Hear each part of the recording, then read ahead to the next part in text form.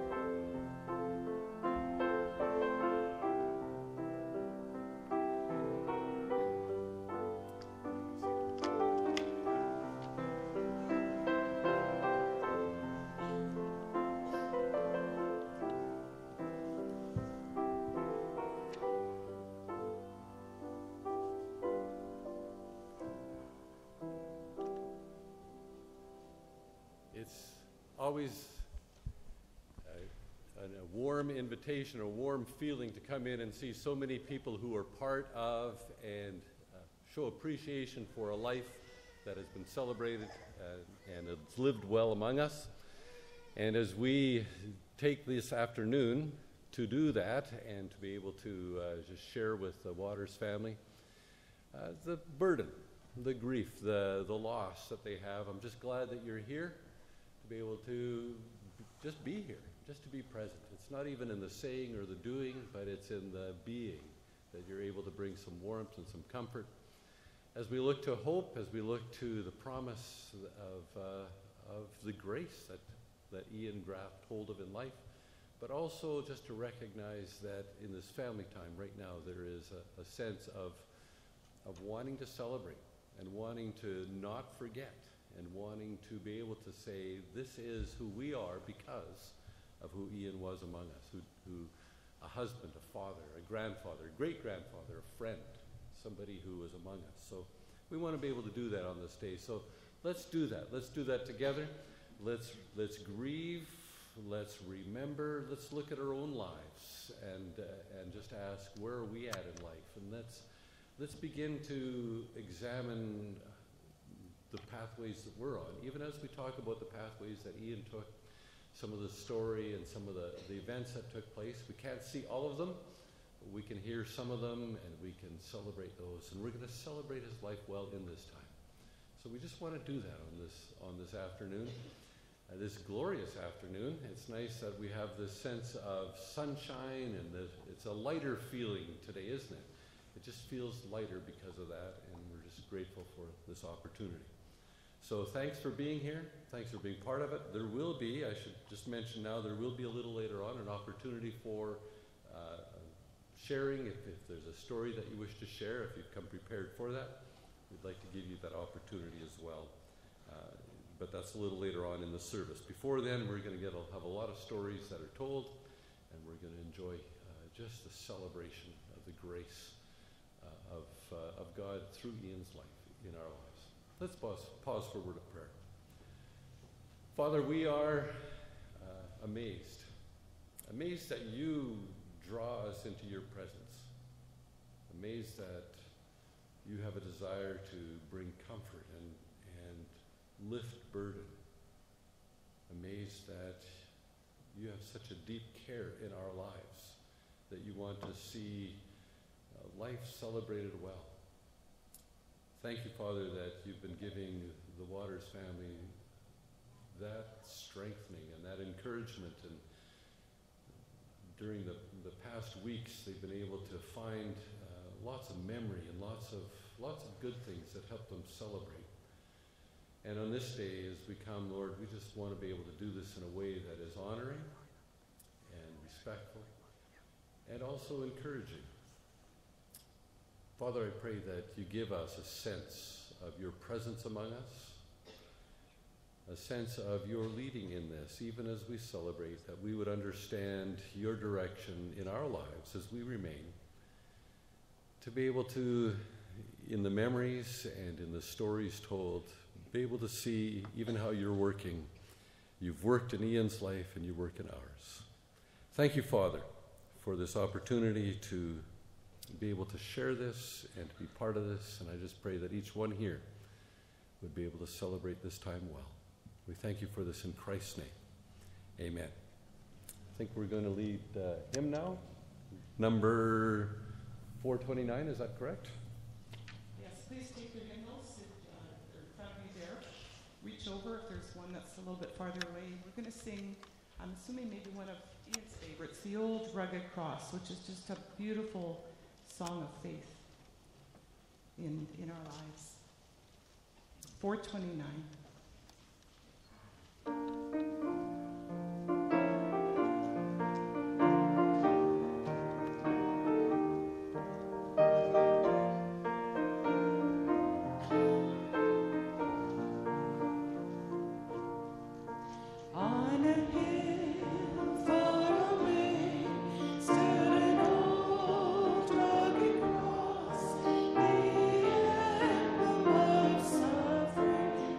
Shame.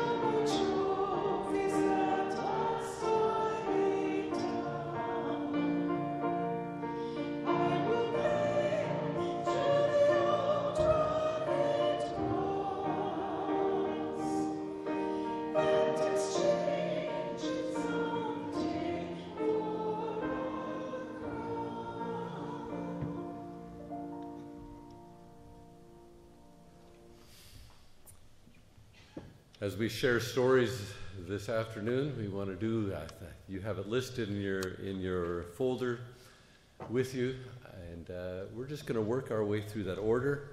I'm not going to call each individual person up, but just follow the order as it's printed in the order of service.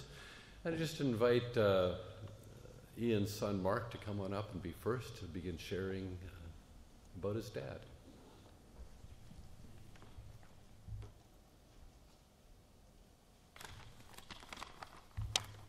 Very good. Well, thank you. And some of you don't know me, but as Dan pointed out, I am indeed Mark, and I mean son, and apparently there's some resemblance. I'm not too sure, but apparently there is.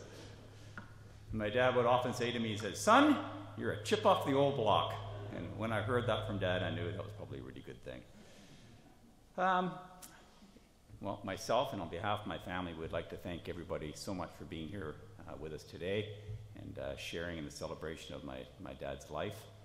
There's so many people to thank, so many people who helped us put all this together, and we really appreciate each and every one of them. We're so thankful that you're here, but we're also very, very fortunate that we have other family and friends with us as well in other countries. So we have some family and friends in Australia and the US who are here by video live stream, and I just wanted to point out a special thank you to Robbie Snooks from GGP Video for enabling that live stream and getting all our family and friends to be able to be here with us today. And likewise, people behind the scenes as well. We've got Grant Miller back there doing the AV for us as well, so a lot of thanks to all the people. So my father. So my father was a gonger. He was born in the seaside city of Wollongong. That's about 70 kilometers to the south of Sydney in the New South Wales in Australia. Well, who would have thought that that little boy would one day grow up to achieve all the things he did and to enhance the communities he lived in and he worked in, and also to touch the lives of so many people throughout the course of his 83 years. Well, you've come here today to honor my father, to pay your last respects. My father was never one to demand the respects of others. He lived his life true to his values through an ethical and a spiritual and a professional framework.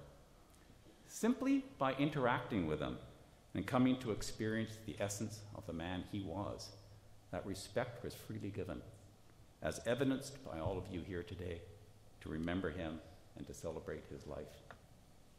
He would have been truly touched, humbled to see so many of his family and his friends and his colleagues here today. We all have memories of my father. I have mine, and you have yours. And for each of us, they're very, very unique and they're very special. To sum up a lifetime of memories about my father in a few short minutes, I actually found daunting and actually an impossible task. So what I'll try to convey to you is what I saw in my father, a glimpse of perspective through my eyes about the man I admired. My father was a family man, and at the cornerstone of his life was an unwavering loyalty and devotion to his family. His family meant the world to him. He was a kind, a thoughtful, and a gentle man. He was a provider and a protector. He mentored and enriched us.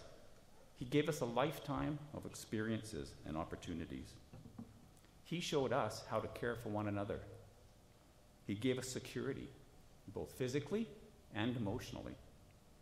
We knew that no matter what, he would always be there for us.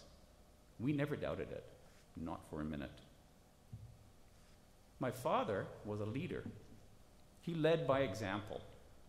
He possessed a strong moral compass, and he conducted himself within a high ethical framework, one of honesty, transparency, and integrity.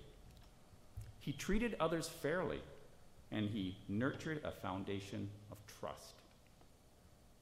When he made a promise, he would ensure it was fulfilled. His word was his bond, and everyone knew it. He strove to make a difference in the world. The core of his life's work was to serve his community, to give back, and to help others. He had a quiet dignity. He respected himself as he respected others.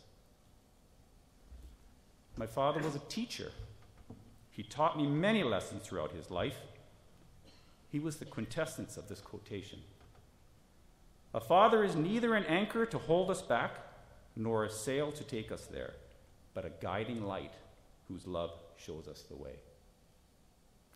Well, he showed me the way and set a bar that was high, yet achievable. His actions spoke louder than words.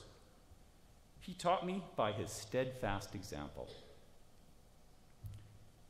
He showed me the way through encouragement, but also when the lesson would be so worth it, he allowed me to fail.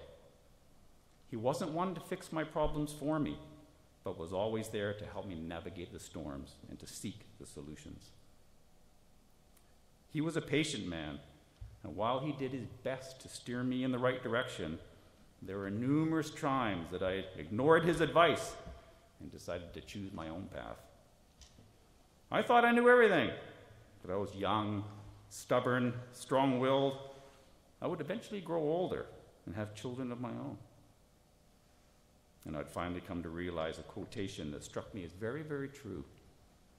By the time a man realizes his father was right, well, he has a son who thinks he is wrong. For many of you who worked closely with my dad, you'll recall how organized, methodical, and systematic he was. He was the guy that would date stamp and initial and receipt every single piece of mail. He would read every word of an insurance certificate or a credit card agreement. He was the guy that would sift through and highlight and query all the draconian clauses in a contract document. Oh, yeah. I'll always remember when my sister Karen and I were teens, Mom and Dad had bought a small catamaran sailboat. It was summertime, and Karen and I were very excited to get out sailing on the lake.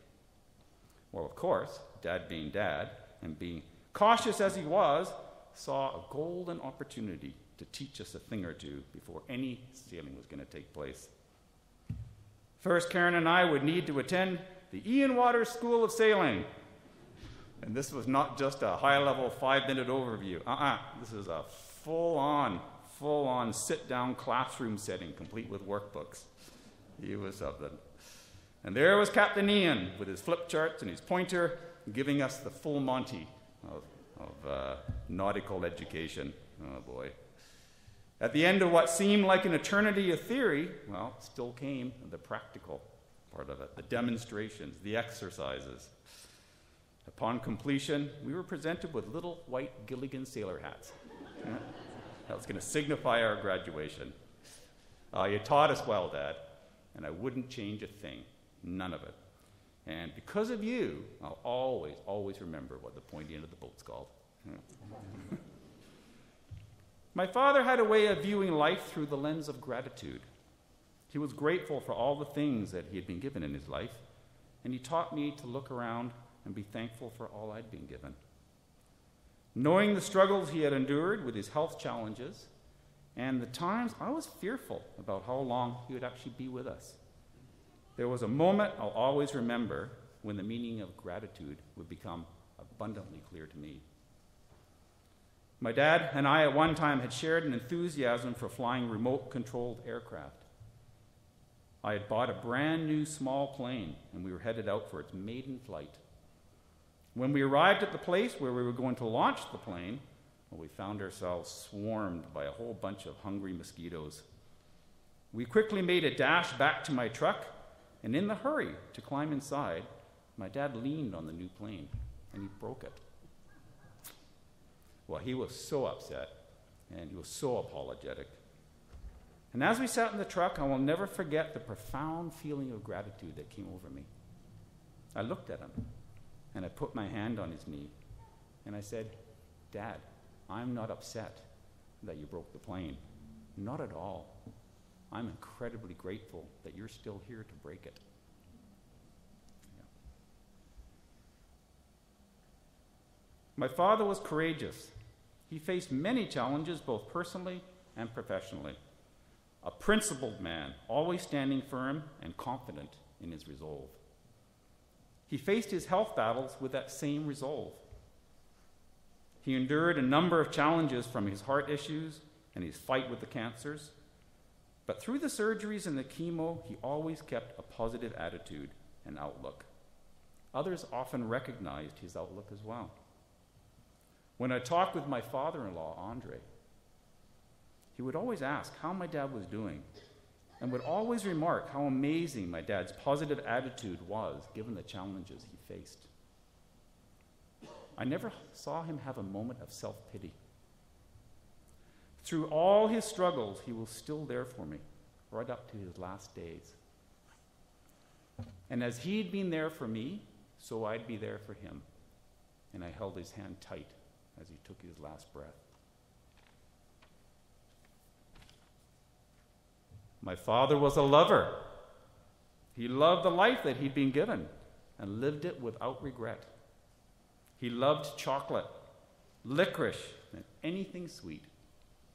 He enjoyed the good things.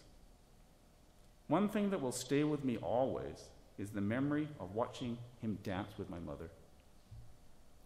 Never one to shy away from a waltz or a foxtrot, I would love to watch them dance. To see the joy on his face and an infectious smile as they circled the floor was so inspiring and will stay with me always. They were graceful. They were elegant.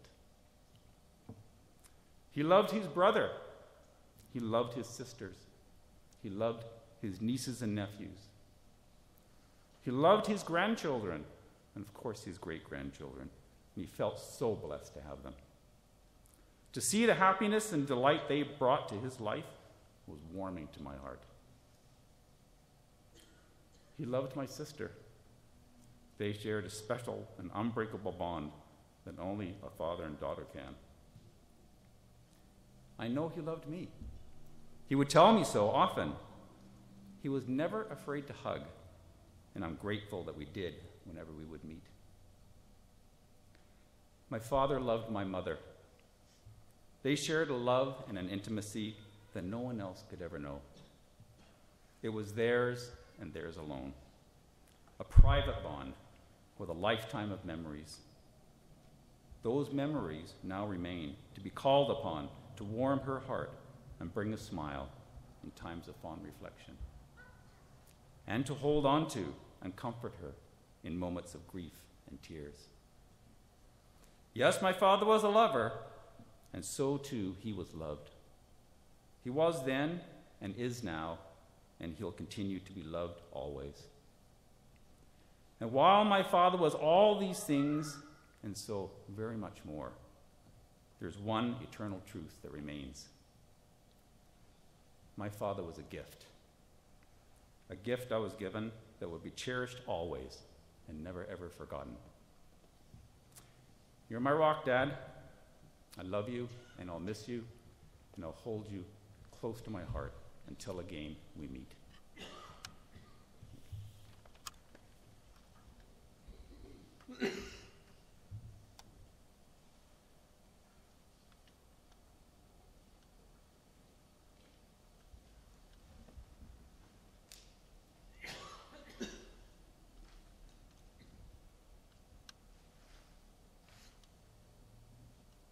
Try and do it from down here. My stability isn't as good as it might be. Thank you, Mark, for that eloquent tribute to your father. So true. I'd like to begin by thanking Mari and Ian and the family for the high honor of being asked to offer a comment at this memorial. Ian's upbringing, schooling, and experience molded him into what family, friends, and colleagues knew as a kind, sincere, mild-mannered, and respectful man. Devotion to family, dedication to his church, faith, and his service to the community were the foundations of his beautiful and fulfilling life here on earth. It was these outstanding qualities that attracted me to Ian when I first met him at Rotary in Mission in 1991. Shortly thereafter, Ian and Mari started attending the Cedar Valley Church, and we became close friends very quickly. Our two families enjoyed camping with our fifth-wheelers. Along with our church and Rotary Club, we enjoyed many weeks and retreats at the Log Ranch near the 70 Mile House. In January 2005, a significant number of Ian's family and siblings came from down under and joined Ian and Mari to celebrate Ian's 70th birthday at a snowmobiling party weekend at the Log Ranch. Ian was well known, as Mark indicated, for his attention, exceptional attention, and to orderly detail.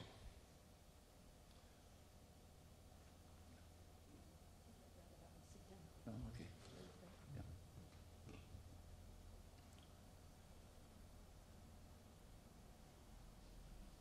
When Ian and Mary were in the process of purchasing their home on Fisher Place in Mission, Ian reviewed with us the lengthy, detailed analysis he had completed on the neighborhood prior to purchasing the new residence. You're a good man. Thank you, Tim.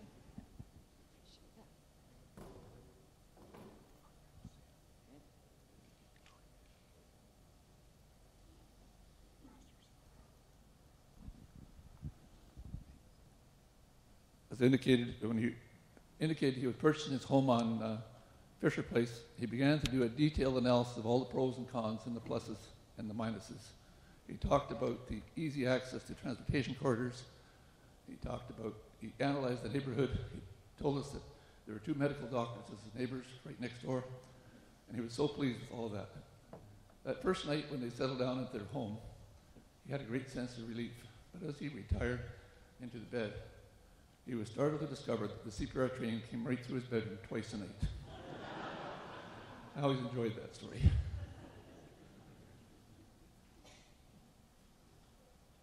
When I decided to seek election for the mayor's chair, Ian, in a show of personal support and community service, decided to run for council as well. We both were elected and joined our colleagues on council, Joan McClatchy, Ron Taylor, James Atebi, John Pearson, Doug Parkinson, and Jenny Stevens.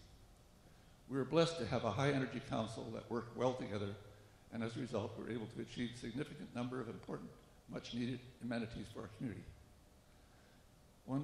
Installation of the sanitary sewer and drainage system for Cedar Valley, rebuild of the Rotary Sports Park, new change rooms along with the residence for sports park managers, a major renovation of and upgrade of the leisure center, and the addition of a new arena. Ian's architectural background was a huge asset to us in assisting in overseeing and managing these major projects. We also found a way to construct the Cedar Connector to assist the flow of traffic from the Cedar Valley build-out. In order to honor the citizens who donated the land and funds for Mission Memorial Hospital, we passed a bylaw prohibiting the Fraser Health Region from installing parking meters. We're grateful that to this day they're not there. During this time period, Don and Eleanor Lobb generously decided to donate 160 acres of their Crown land grant to the Cedar Valley Housing Society in order for it to become a fundraiser. It was subdivided into 16 10-acre lots. They were interconnected with an upgraded roadway as well. Each lot had a separate deep water well. These all were placed up for sale, and the profits went directly to the Housing Society. In April of 2004, the Waters and Neufeld families formed a partnership and purchased Lot 12. It overlooked Fly Creek and the wetlands, and it was a very strategic point, and we loved the site. We began to clear a place for our 2 fifth wheels, and with the help of Tim and his crew, we constructed a number of outbuildings, storage sheds, a little center place that was a shower, toilets, and our pump station in there. It was called it was referred to as the 3 S's. Place we could shower, shave, and sit.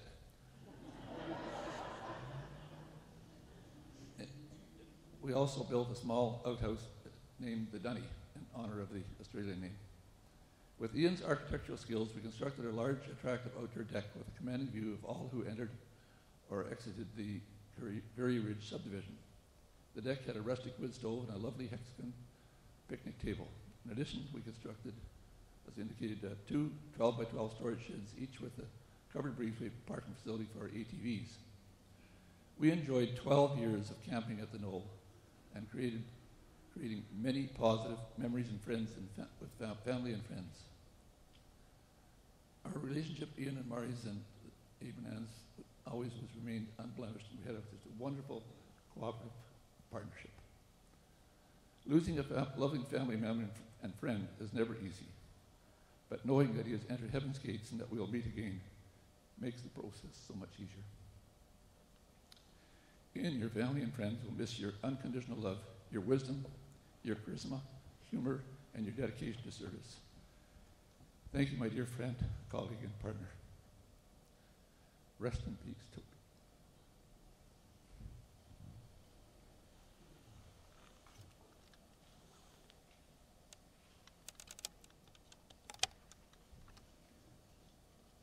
Thank you, Mari, for asking me to say a few words about Rotary and Ian's time in Rotary.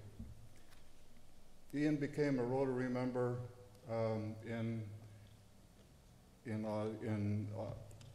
excuse me.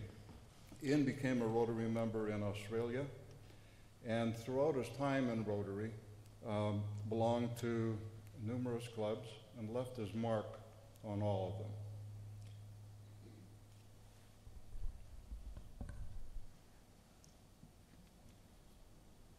Ian had a very strong sense of giving back to his community, and he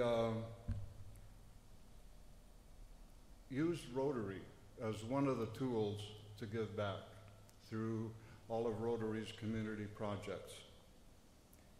Mission has 2 Rotary clubs, one that meets in the morning and one that meets at lunch. And Ian had a marked effect on both of them. Every year, a Rotary president is chosen, and there's a new president every year. And Ian was president of the Rotary Club of Mission in 1995-96, and the club in that year celebrated its 50th anniversary. It was chartered originally in 1946. So Ian was responsible for all of the 50th year anniversary celebrations. And that would have been a big enough task for most people to take on, because there was a lot of work in just fulfilling all of that. Every year, a Rotary president chooses a community project. And up until a few months prior to Ian being inducted as the Rotary president, he wasn't sure what he wanted to do for his Rotary project. We discussed it at length, and he still wasn't able to really catch on to what was going to be his project. Then one night, on a Wednesday evening Heritage Park concert, Mari and Ian were walking back from the parking lot, and a bus pulled up. And Mari mentioned, that's the bus that our hospital auxiliary rents to bring the people from the Pleasant View Care Home. And Mari had mentioned to me that at that time, and on that Wednesday night, she didn't think that Ian heard very much of the music at all. His mind immediately started to work on what his project was going to be and how he was going to be able to raise the funds, raise the money to purchase a bus. A few weeks later, Ian announced that he had chosen the project for his year, and it was to purchase a bus specially equipped for wheelchairs as well as regular passengers. And that project was to be called the Busy Bus. And there's still a second generation of the Busy Bus that drives around Mission today. In $1995, the cost of that project was $128,000. And that was a lot of money for a small club, a relatively small club. So Ian, being a practical guy, said a large project needs more members. So he went to work to organize a membership drive and grew the Rotary Club of Mission from 31 members to 53 members. And that was a growth of more than 20 members in 1 year. That's almost unheard of.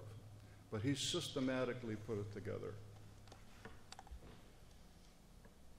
Ian broke down the cost of that bus into doable chunks that everybody could buy into. And so there was a committee in charge of raising money for the tires and the wheels. Another committee that was in charge of raising money for the exhaust system. Another committee that was in charge of raising the money for seats. And that whole long list was put together, instead of raising $128,000, $9,000, $10,000, $12,000 at a time, and it resulted in that bus being purchased. And it was a very proud day to watch Ian the day that that bus drove up at one of the club meetings. After Ian's time as club president, he was appointed to the position of assistant district governor, and he served in that capacity for 1 term. In 1997, a request was made by our Rotary district governor asking that a second Rotary club be formed in Mission. The idea was came under significant resistance from some club members who were were apprehensive about that 2 clubs, Mission might not be big enough for 2 clubs. And Ian encouraged people to embrace the idea of a new club, saying that we could double the good work that Rotary had done in Mission with 2 clubs instead of 1. A founding committee was formed, and 3 years later, the Rotary Club of Mission Midday was chartered. Ian gave his word to the Rotary Club of Mission that there wouldn't be a negative effect on them by forming a second club. So Ian established a membership recruitment program where, when we went out speaking to people that were interested in Rotary, they were given 2 options. There's a morning club that meets every Wednesday for breakfast, and there's another club that meets Tuesday for lunch. Which would fit your lifestyle the best? And as a result of that membership drive, both clubs gained numerous members and became strong, and they're still both very strong today.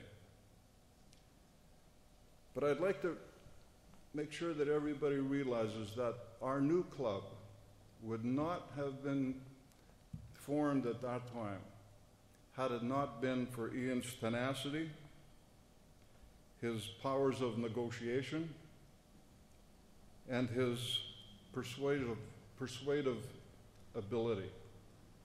This guy could sell. And when we'd sit in committee meetings sometimes, and everybody was disagreeing with him, and he'd continue to sell. By the end of the meeting, everybody bought. We are fortunate that Ian was a Rotarian in Mission.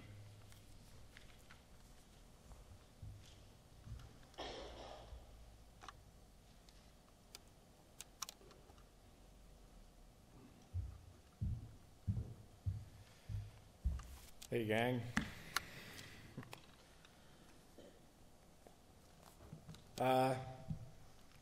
Some of you know me, pretty much just this row. For those of you that don't, my name is Cameron, and I was Grandpa's favorite grandchild. For sure.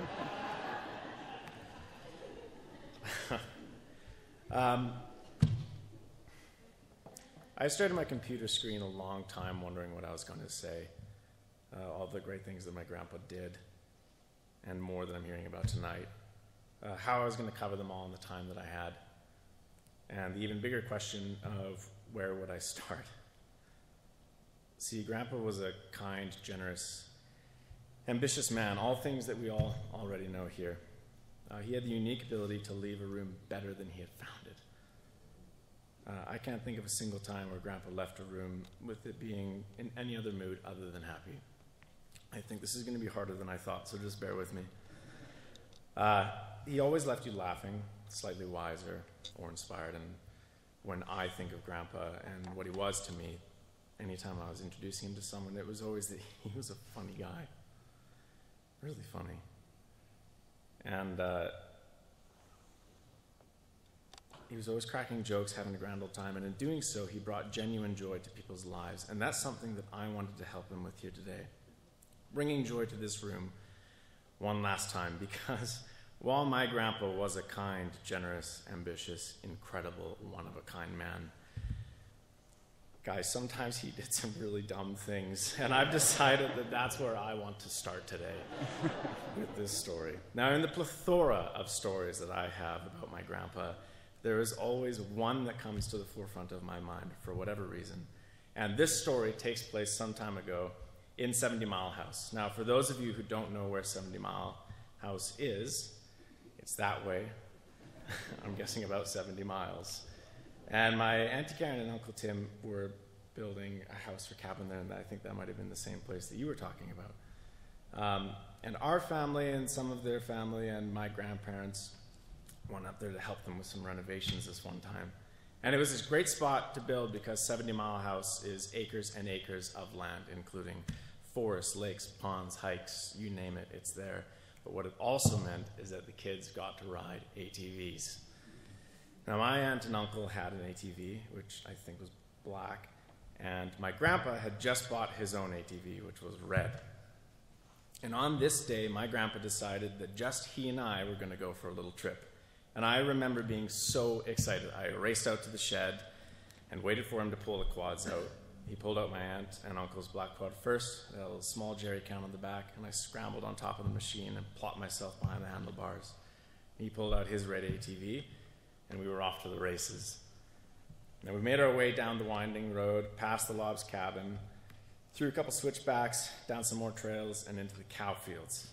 Now, 70 Mile House had a bunch of free-range cattle. You'd cross over the cattle guards, quickly dot through the cow fields, and back over the cattle guards and be on your way. On this particular trip, though, things went a little bit differently.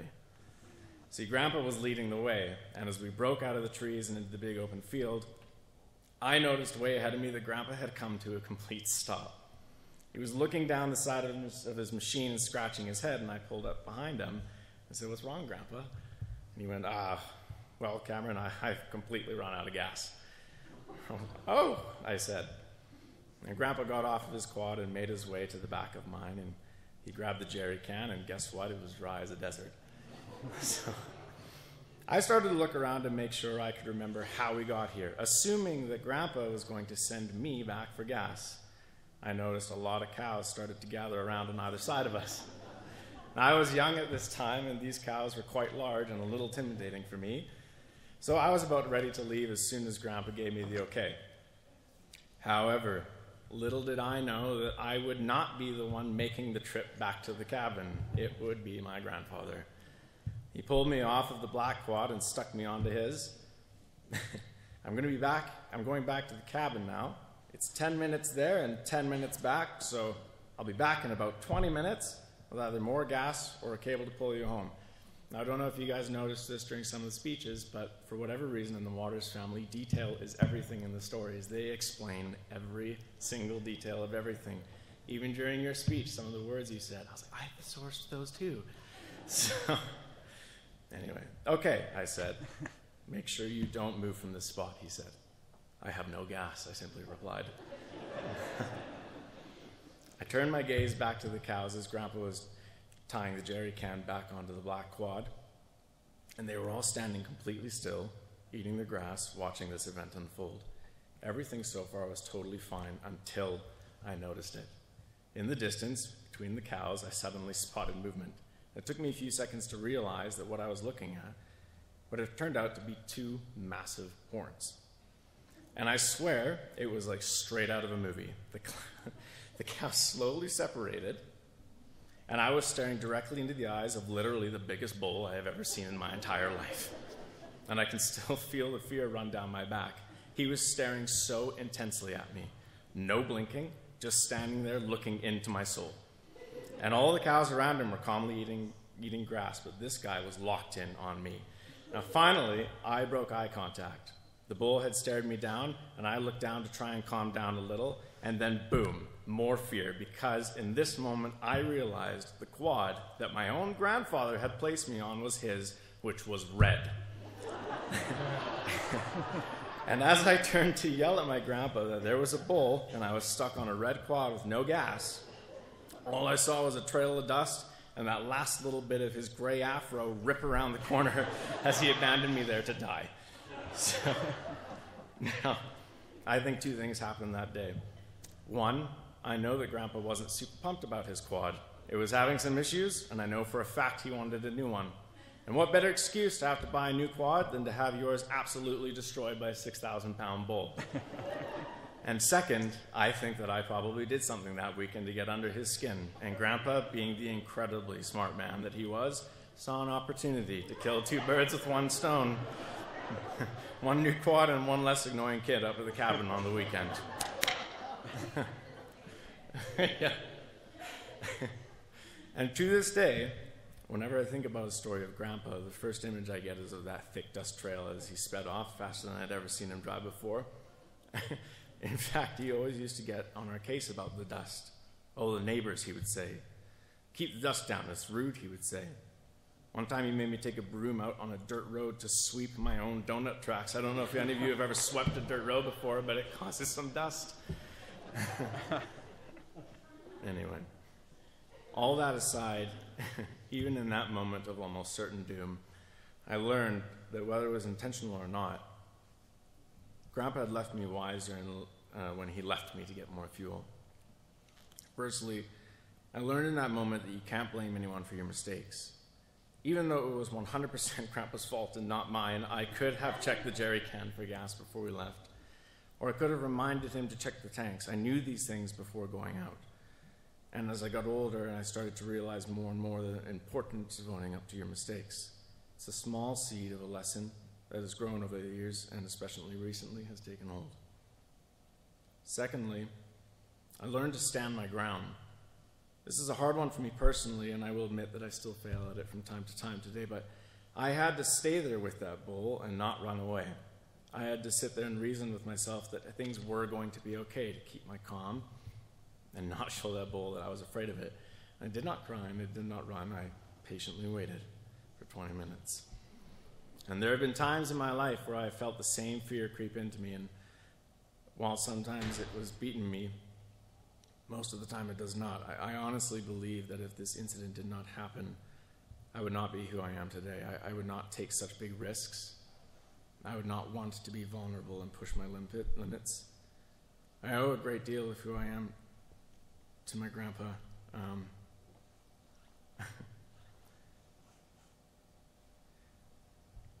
I wrote this second part of the speech in case this moment happened right now.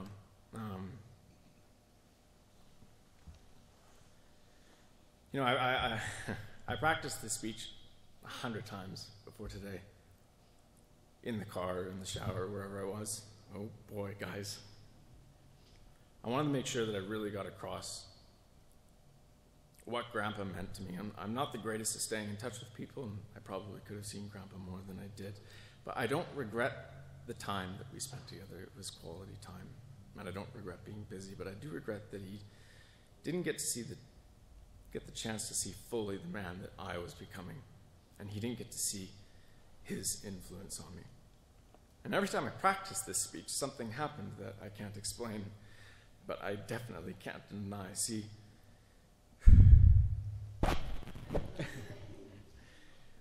sorry, it's those actors' lungs, they just really project the air.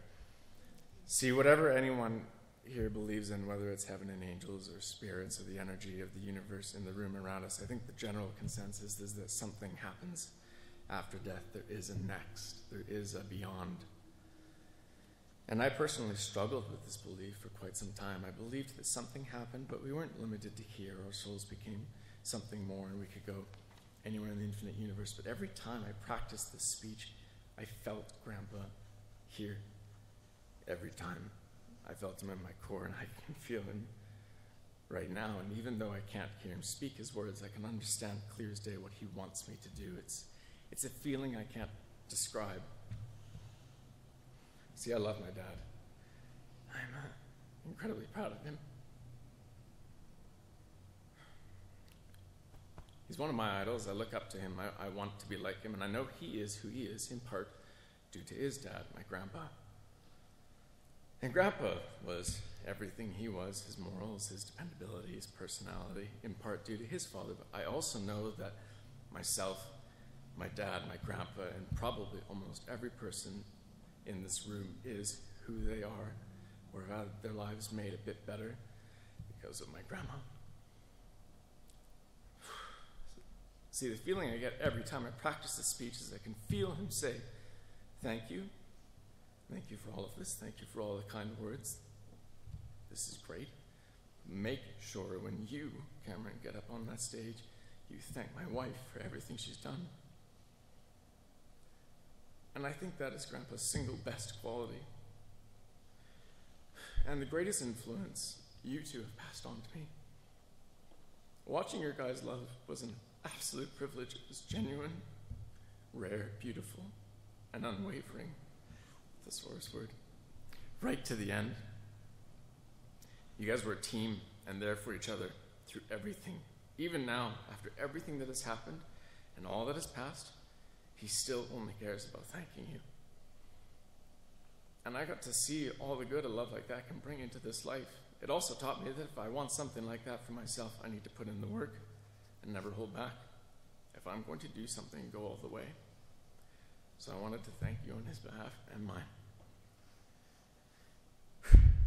for your part in creating these great people.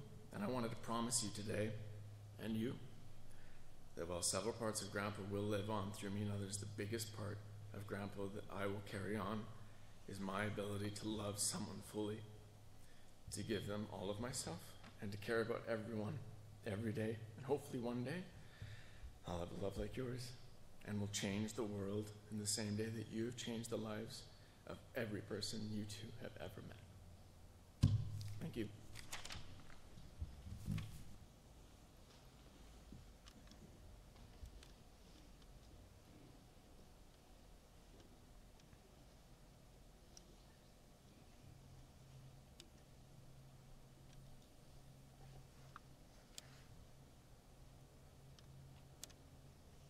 Afternoon.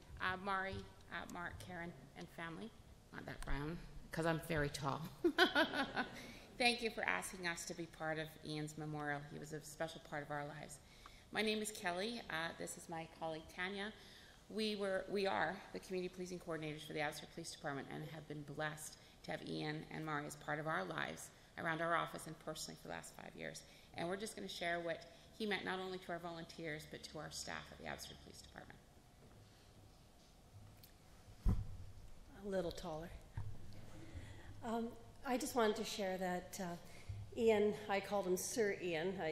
He carried such respect throughout the office and the department.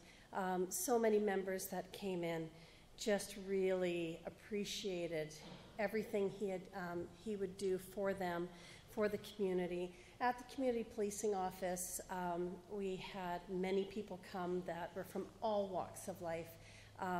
From those struggling to those who felt pretty privileged in life.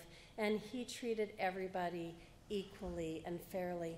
And when I first met him, when I interviewed him, and this is what I first learned about him, was all the amazing things he had done in life, all the achievements and his sense of community, how much he loved his family, that our interview that I had scheduled went on much longer because I enjoyed getting to know the man, who he was, and his sense of community, and his love for people and love for life. I knew right away he was a special man, and I supervised him for his role at the front desk, and I can honestly say that, as a parent myself, not supposed to have favorites, but I will confess he was a favorite. We have 120 volunteers, and I tell you, it wasn't his height that stood out. It was who he was as a person. I just say a few things here. He was so caring and compassionate to everybody. I looked forward to my Wednesday mornings when he came in. He made my Wednesdays, and today, Wednesday mornings are difficult. I miss him. I keep the old schedule in which he would sign in at the desk. I look at his signature. I don't want that schedule gone. I want a piece of him there. I have photos of him around the office because, again, he reminds me of who I would like to be, who I'd try to be, because as you got to know him, as you all know him, he had so much wisdom, and he was a cut above. He made you want to be a better person. He was such a great role model, such an example, that I need to have a piece of him at the office still, which I hold on to. And he's just such a blessing. You're so fortunate to have had him in your lives, just like I've been so fortunate.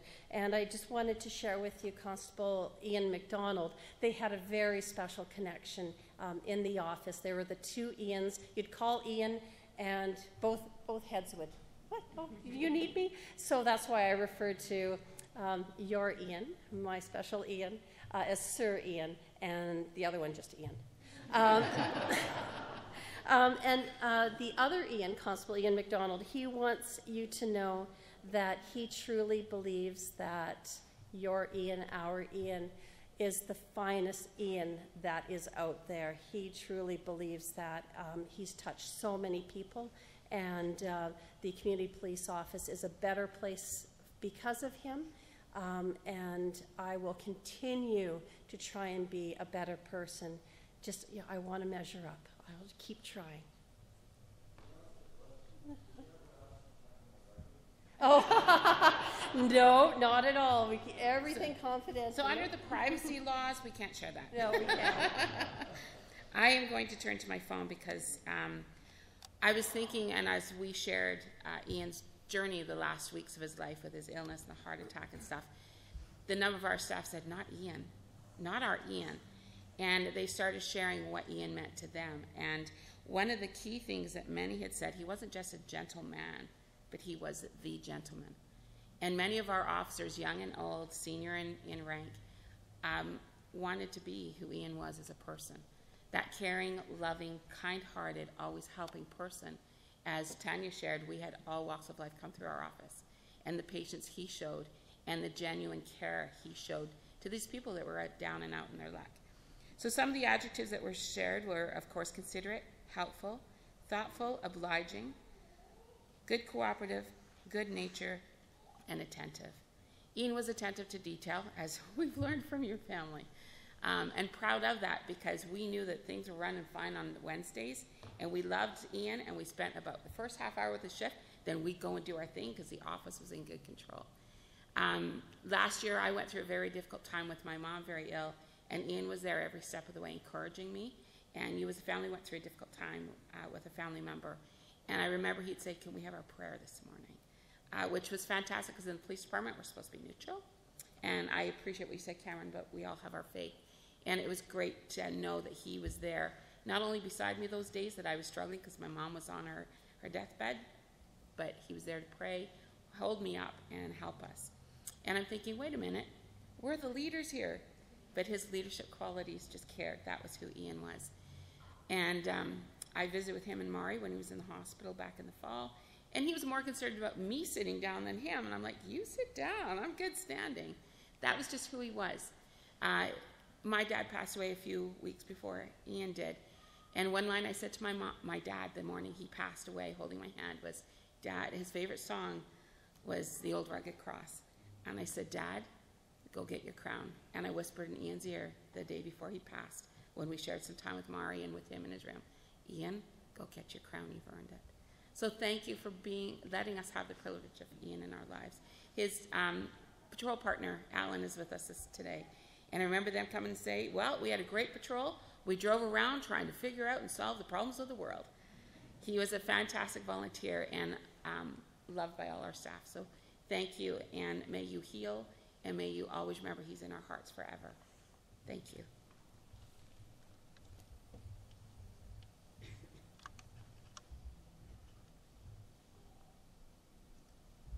Hi everyone, my name is Karen, and for those of you that don't know me, Ian was my father.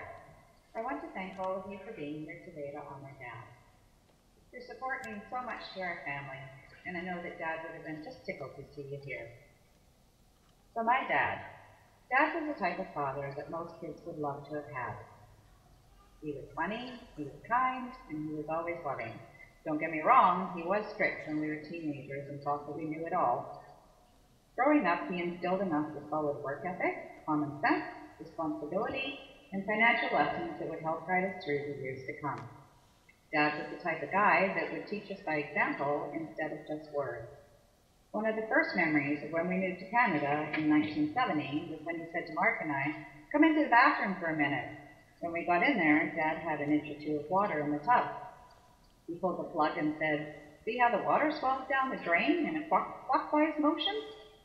Well, in Australia, it goes down the other way, counterclockwise. That's because we crossed the equator and are now on the other side of the world." That memory has stuck with me all these years. And every time I'm watching water drain away, I always think back on it and how excited he was to show us that lesson. One of my earliest memories was when we were in Yellowstone Park when I was about 2. We were stopped in a car with a small utility trailer behind us, and there were several bears surrounding us. Dad asked my mom, what would you do if you came face to face with a bear? She said, "Well, I'd climb a tree." So Dad promptly laid on the horn, and whoosh, up the trees the bears all went. The look on my mom's face was priceless. Dad said, "You want to keep calm, and you want to slowly back away." And that was a lesson none of us would ever forget. However, while we were camping in Yellowstone Park, a bear did destroy our campsite. Dad checked it out and stood in front of the tent and kind of shrugged as if to say, "There's nothing here." Well, the bear had other ideas. He had come back in through a hole in the back of the tent and came out through the front flap. He then reared up on his hind legs right behind Dad. I've never seen Dad move so fast in all my life. He literally dove through the passenger window of the car. That was one of the few times Dad didn't follow his own advice, and he always did make us laugh. I was so proud of Dad. It didn't matter what he was doing, he always put his heart and his soul into it. When he ran for mission council, I was there with him when the numbers were coming in on the day of the vote. I was holding his hand, and I remember thinking, wow, he's really nervous, because I could feel him shaking. In the end, I said to him, see, you had nothing to be nervous about. So while I may have been there to support him that night, he was there to support me every day of my life. Whether it was walking me down the aisle or being right beside me in the delivery room as I gave birth to his granddaughters. As Dad grew older, he became more and more like his dad, our papa. Our papa had a tendency to be accident-prone, or fussy, as we used to say. And Dad clearly inherited that family water trait. He would sure bring a lot of laughter when we remember the things that he did, like deciding to change the light bulb on my ceiling fan. None of us were paying any attention, but when we looked over, when we heard the thump, thump, thump, and here was Dad standing on the ladder, rubbing the top of his head because he'd forgotten to turn the blaze off. We used to always say, wow, Dad, you're just like Papa. Now, unfortunately, that particular family trait has been passed down to me. So Tim and I want to say to our daughters and our grandchildren, remember Grandpa and Papa, not with a tear, but with a smile. He would have wanted it that way. He was so proud of all of you, and you were the twinkle of his eye. We are absolutely going to miss being able to pick up that phone and ask him for advice, but we can think about how he would have responded, and we can keep learning those lessons he was always trying to teach us. He loved you all so very much, and he knew how much you loved him too. Mom, he was the love of his life and his best friend, and I know he was yours too. Dad was one of those rare, perfect husbands who was strong, but also romantic. and together you taught us the meaning of love and commitment. We are all here for you, Mom, and I want to say thank you to all of Mom and Dad's friends who have been such a wonderful support to my mom. So rest easy now, Dad. I will miss you every day of my life, and I'll love you forever. Godspeed, Dad.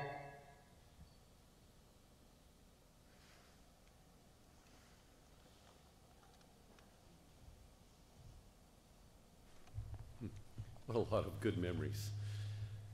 Good connections, good stories. Thanks for letting us in as friends, as people who come in. It always feels like we get to peer into a life that was a little bit known, but to get a bigger glimpse, a bigger picture is just so good. I think an important part of Ian's life, and it's been talked of here too, is his faith and his connection, and a couple of Bible verses I just want to pull out that just speak to who Ian was and even the experience we have right now. 2 Corinthians chapter 5, a couple of verses out of there. For we know that if the tent that is our earthly home is destroyed, we have a building from God, a house not made with hands, eternal in the heavens. For in this tent we groan, longing to put on our heavenly dwelling. So we are always of good courage. We know that while we are at home in the body, we are away from the Lord, for we walk by faith, not by sight.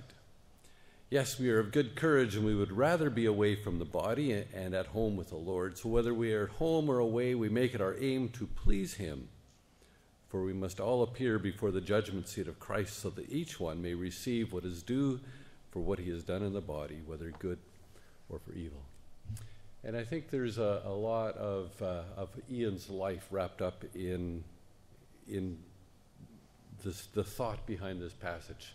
I think a lot of who he was, this idea of being a person who does good, who wants to do things that are pleasing God in this life, shows up in here. Another passage that connects just a little bit with the idea of the tent and the new dwelling comes from Genesis chapter 25. It's about Abraham. Altogether, Abraham lived 175 years, a couple years more than Ian, just a couple. Then Abraham breathed his last, died at a good old age, an old man full of years, and this is the verse, and he was gathered to his people. I think it's important that we think about that and we recognize the two passages read and start understanding the faith of Ian and why he was who he was, and the part of Ian that I think we want to recognize in our own lives that helps us be what we think is important, what we see to have been important in Ian's life, the part of who he was.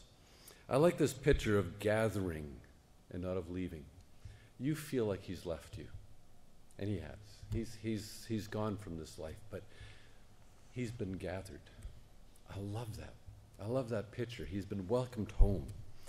Family gatherings are fun. Most of the time. Maybe not all the time. They change. The dynamic changes over the seasons of our life. I remember lots of noise and commotion at family gatherings when I was a child, and there was lots of us. Lots of children from all the different families and everybody together, all in a room that was probably twice as big as this stage, and just the noise that was made. And it was fun. We loved it as kids. I'm sure we drove the adults crazy. But the family gathering was good. Yeah, we annoyed each other. We laughed with each other, but we were a family. Ian has gone to a gathering of his people. And his people aren't just us anymore. He's gone to be with people of faith who've gone on ahead of him. People who have learned to understand their place of trusting God in this life and then into the next. It's a view of being restored to a community and not of being abandoned, not of being left behind. To understand death as a gathering moves us into community, that God has revealed to us that he has community for us. He has a desire that we be in family, we be in community, that we connect. He has a desire that we move with each other, we breathe with each other. That's a community of life, not a community of death. Ian, from our perspective, has moved into death, but in reality, he's just moved deeper into life. That's a community of relationship, not of abandonment, not of being left behind. We do not abandon Ian to death because God does not. We understand that he has moved into a community, not a retirement home, not a special place for old people who have too many accidents because they get accident prone the older they get, not a gated community, not an adult-only apartment or condo. He's moved into God's presence.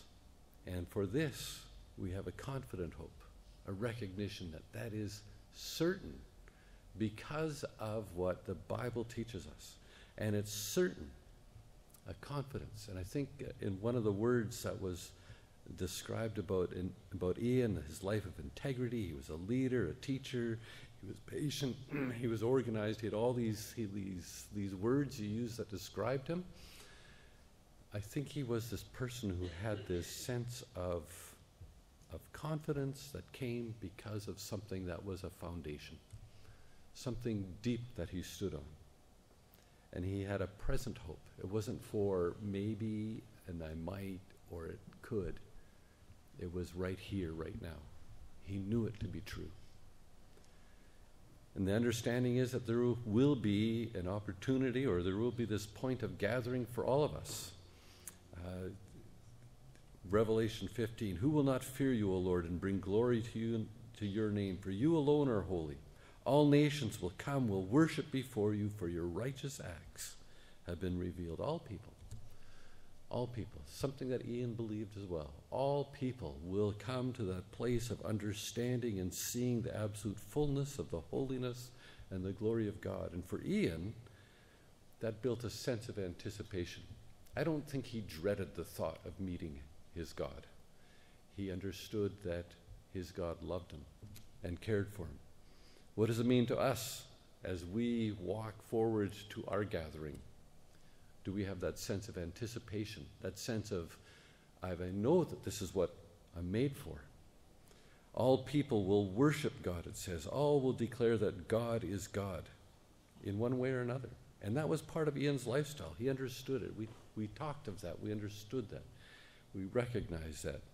And it's better to begin to understand that in life right now, because that holds promise for today as well as for eternity. And that's where Ian found the depth of character, the depth of life to be who he was, because he built his life on something that he understood to be permanent and true. We are no longer able to sit and visit with Ian in this community. Not here, not now. He doesn't sit in our bench. He doesn't walk with us in that way anymore. There's no hand to hold. And I'm sure you miss that. I'm sure that's an ache. But one day, we will again be part of that same community. There's a promise that we can gather together to that community with the same confidence, with the same hope. And that comes through what Ian found, through Scripture, through a trust in Christ, through understanding the gift that he was given to him to give to us. We want to do that. We're going to see some pictures right now. And then after that, we're going to open the mic up for some sharing, and we'd give you some opportunity to do that as well. So, the photo presentation.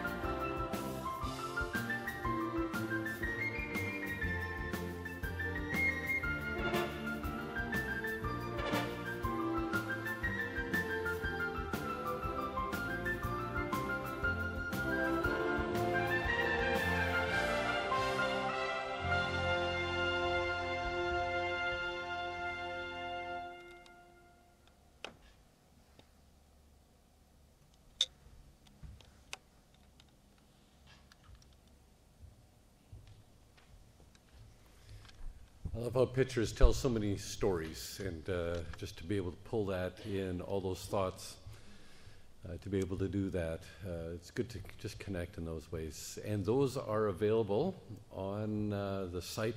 I left my bulletin down below, but there's written on the bottom, on the back of the bulletin, there's a site you can go to. You can leave remarks there if you wish, but the address on there is 1 hyphen wrong. So just go to the funeral home, and what was the name of the funeral home? Arbor. Yeah, Arbor. You'll find it. Just follow the funeral home, and you'll get to the link, and it will help you to leave the comments there. You'll find it. It's not that hard to do.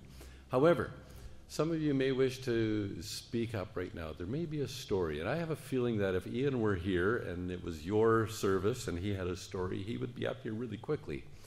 And that's going to be my rule. We're going to be very prompt with this, and I sort of have this 10-second rule. If it's quiet for 10 seconds, I say, tell the story some other occasion, some other time. But if you have a story that you wish to tell, the family would like to hear it. They've put this in the service at this time for you to be able to share a story. So if there's others who would wish to do that, you have about 7 seconds left to make it up here, and you better start coming right now. Judith. And please introduce yourself so everybody knows who you are. My name is Judith Ray, and in 1994, my husband Fred and I moved to Mission. I was to be the administrator at Pleasant View Care Home and Pleasant View Apartments, and Ian was on the board. And it was within a very few days that Ian arrived in my office, and he was on the executive, so pretty important to me. He said, it would be a really good idea if you joined Rotary. Your predecessor belonged, and we really want you there. Well, this was not an invitation I could say no to.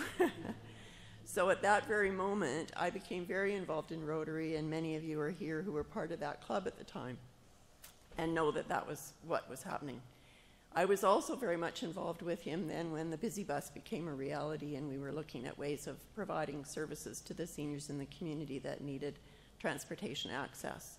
You heard how he made that come together. In 1999, it is referenced in the bulletin how Ian and myself, and in fact Dick Clemats and Don Lobb, were the key people that pulled together the Mission Association for Seniors Housing. And we've moved forward in the community since then in a variety of ways. So Ian was the kind of person who kind of came and told you you'd better do something, got you really involved and built me into the community, built Fred into the community. Fred became part of the Second Rotary Club. So he was that kind of person that just said, come and join.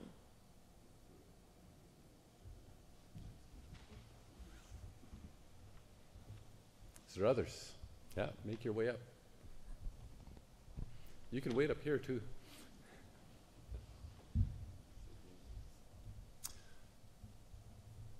My name's Alan Turner, and I was part of Ian's life, although it was a small part. It was just under 5 years. And I remember when we first met, we'd gone through our interviews and what have you, and it was our training session. And I started by getting into community policing because I had friends in Arizona who did the same thing, and I went to some of their meetings and what have you, and they were all older people.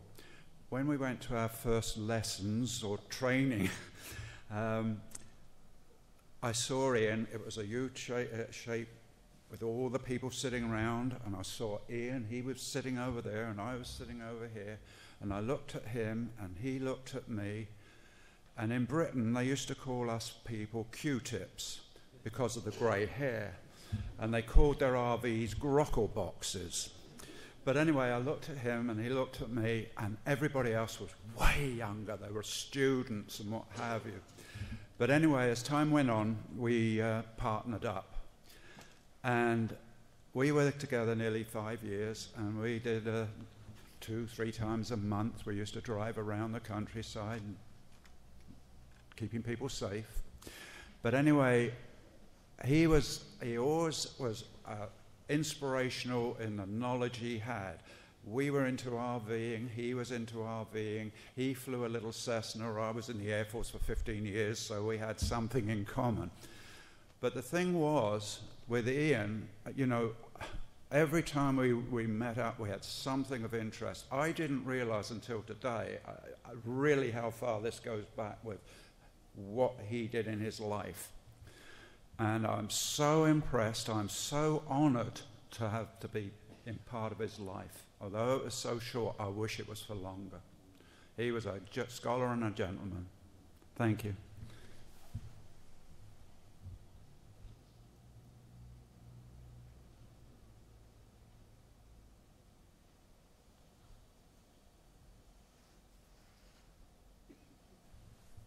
Family and friends, my name is Bill Dixon. I want to thank you for the opportunity to just say a few words. Although I was a fellow Rotarian with Ian, the words I'd like to share this afternoon have nothing to do with Rotary. In the late 90s, may have been even around the 2000, the turn of the century, and the family and the kids, particularly Christine and Cameron, can probably remember, Ian had been elected to the council. Abe Neufeld had been elected to the council here in Mission. And we had the honor of having both Ian and Abe visit our school, Hatzick Elementary. Very little school out in the Hatzick area. Nothing to be gained by politicians visiting, but they chose to visit our school and speak to a grade 7 class. Not one vote on the line. They chose to share and tell kids about their municipality, the community they were proud of. It had nothing to do with gaining votes or anything else. But as a Rotarian and a fellow member of the community, it tells one what Ian was all about. Service above self, and certainly that community service is the rent we all pay for a space on this earth. Thank you, Ian.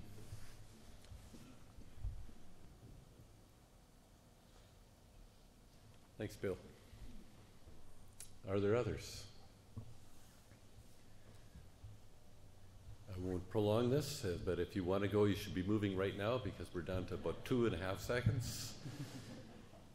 Let me then just say to you, the family want to hear your story, and I say this at most funerals that I'm a part of. That story is absolutely vital.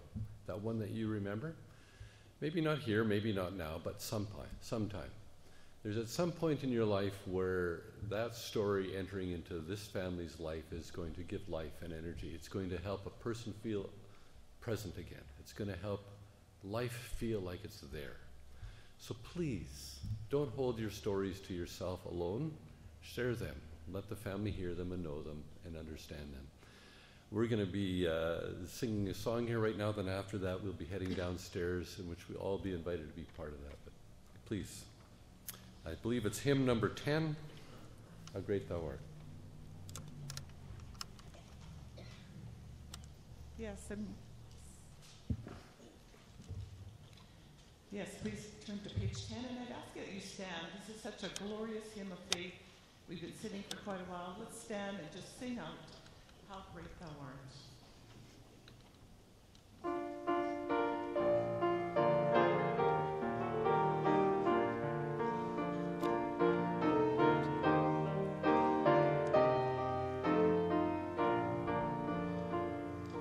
Oh,